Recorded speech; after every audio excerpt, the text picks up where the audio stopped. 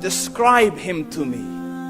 And Muslims, look at the description of your Rasul. And for some, this would be the first time you hear what your Prophet looked like. I saw a man of striking appearance. ظاهر الوضاء أبلج الوجه, radiant face, حسن الخلق, beautifully created. لم تعبه الثجلة, his belly wasn't protruding.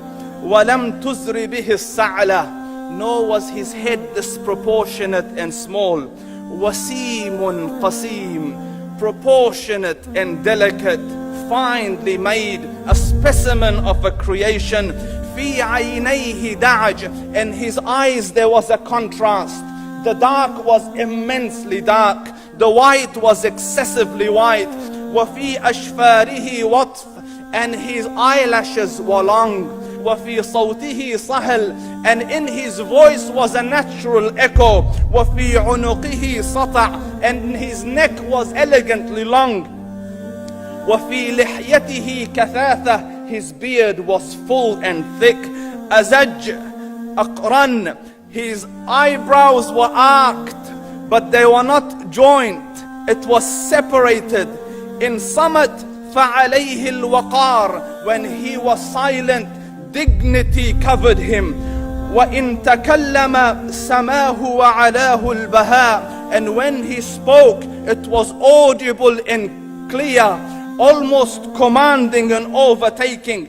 أجمل الناس وأبهاهم من بعيد, from afar the most striking and outstanding in appearance. وأحسنهم وأجملهم من قريب, and when he came near, the best of them and the most handsome of them in closeness.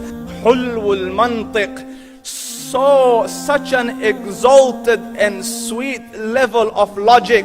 Like when he used to speak, it was so coherently logical, it was smooth and easy to understand.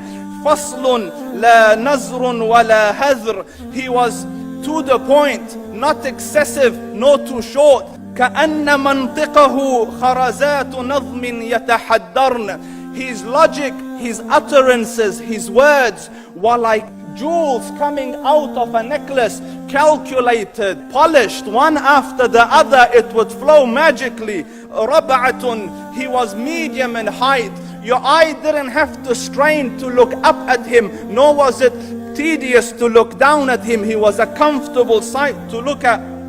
له رفقاء يحفون به, he had friends, the people that were with him, they were working around him to try to serve and protect him. إن قال سمعوا لقوله, when he used to say something, they used to hearken to what he used to say. وإن أمر تبادروا إلى أمره, when he commanded, they used to compete to fulfill the command. This is Muhammad Rasulullah. This is Muhammad Rasulullah. Anas ibn Malik says, he says, I came out one night, it was the full moon night.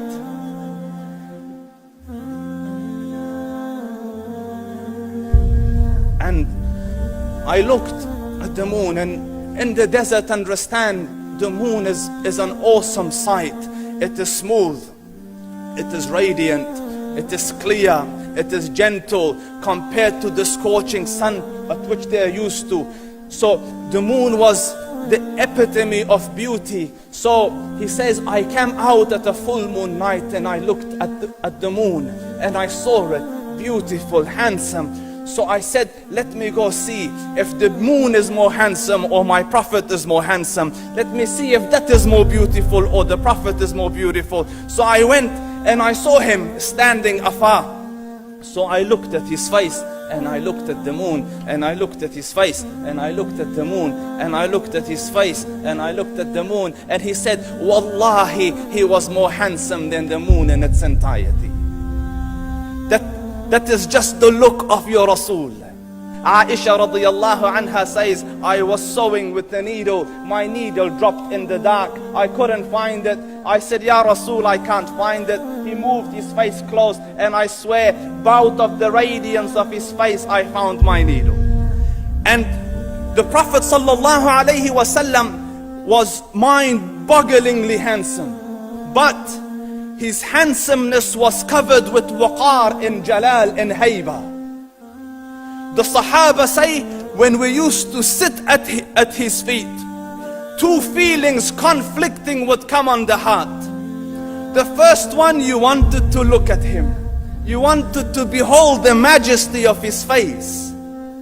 And when you wanted to look up, shyness used to overtake you, so you used to look down. Amr ibn al-As says, I sat with him many times, but if you ask me to describe his face, I can't describe it.